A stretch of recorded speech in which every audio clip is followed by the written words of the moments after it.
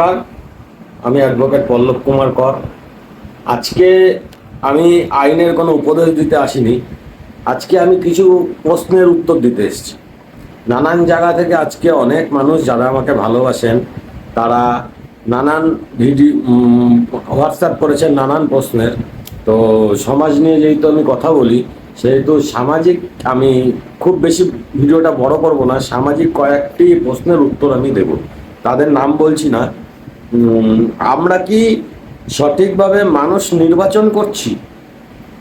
আজকের ভোট প্রক্রিয়া এই নিয়ে উত্তর হচ্ছে না, একদমই নয়। গণতান্ত্রিক দেশে বসবাস করে গণতান্ত্রিক ভোট পদ্ধতিতে সমস্ত মানুষের অধিকার আছে ভোটদানের।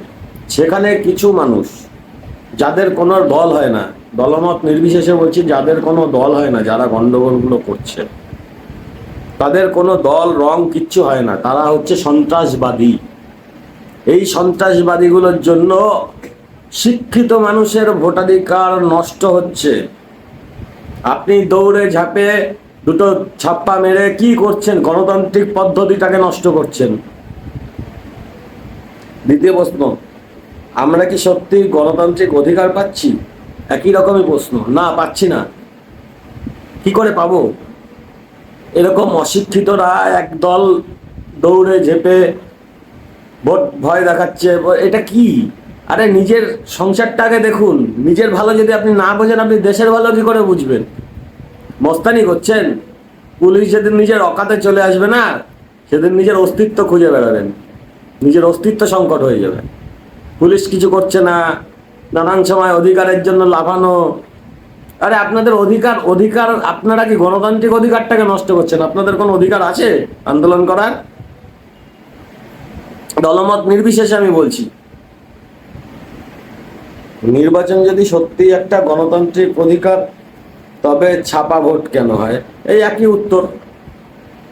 কিছু আনাংলা মানুষ, এরা মানুষের মধ্যে পড়ে কিনা জানা নেই, ভোট মানেই দাঙ্গা, এটা একটা ভাবনা। আরে নিজের বাড়ির কথাটা ভাবুন, বাড়ির যে লোকজনগুলো রয়েছে তাদের কথাটা ভাবুন। আপনি নিজের ভালো জানেন, বুঝতে পারেন না, নিজের ভালো বোঝেন না, আপনি দেশের ভালো বুঝবেন। আর যারা শিক্ষিত মানুষ তাদেরও বলছি, এদের এদের আপনারা মানেন, নেতা মানেন, এরা কর্মী মানেন। লজ্জা লাগে, লজ্জা। প্রত্যেক ভোটে এইরকম দেখতে লজ্জা লাগে। শুধু পশ্চিমবঙ্গে না, সারা ভারতবর্ষ জুড়ে। দেশ সেদিনই উন্নত হবে, সমাজ ব্যবস্থা সেদিনই ঠিক থাকবে যেদিন মানুষ নিজে শুধরাবে। মানুষ নিজেই শুধরানো নেই।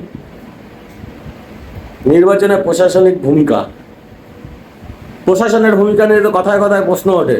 পুলিশের নামে, সেন্ট্রাল ফোর্সের নামে। যেদিন অকাতে চলে আসবে না, রাজনৈতিক দোকান বন্ধ হয়ে যাবে আপনাদের। পুলিশ প্রশাসন যদি অকাতে আসে না, আপনাদের রাজনৈতিক দোকান বন্ধ হয়ে যাবে।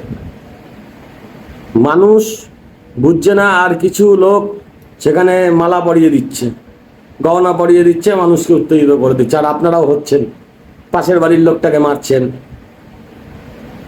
পরে একই সাথে বাস করবেন। কোনোদিন দেখেছেন প্রধানমন্ত্রী, মুখ্যমন্ত্রী, এতগুলো রাজ্য আছে, এতগুলো রাজ্যের মুখ্যমন্ত্রীর সঙ্গে প্রধানমন্ত্রীর মারামারি হয়েছে? কোনোদিন দেখেছেন? নিজেরা মারামারি করছেন, বড় নেতা হয়ে গেছেন। আপনাদের তো মানুষ ঘেন্না করে, যারা শিক্ষিত মানুষ ঘেন্না করে। কিছু মুখের বলে বলেন না, সেই জন্য না, নিজেদের সম্মানই আপনাদের পাত্তাই দেন। বয়কট করুন এই সমস্ত মানুষদের, যারা ওই মাঠের উপর দিয়ে দৌড়ে যাবে, লাঠি ছোটা নিয়ে দৌড়ে যাবে। দেশে গণতান্ত্রিক একটা পদ্ধতি আছে। শিক্ষার অভাবে আজকে আমাদের দেশের এই অবস্থা। মানুষের মানসিকতা ঠিক করার জন্য সবচেয়ে প্রথমে দরকার নৈতিক শিক্ষা। নৈতিক শিক্ষাগুলো নেই, এবং রাজনৈতিক দলগুলোও যা করছে। সুতরাং ভিডিও বেশি বড় করব না, আর কিছু বলারও নেই আজকে।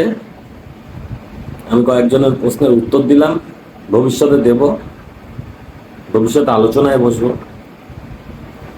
এইভাবে চলতে পারে।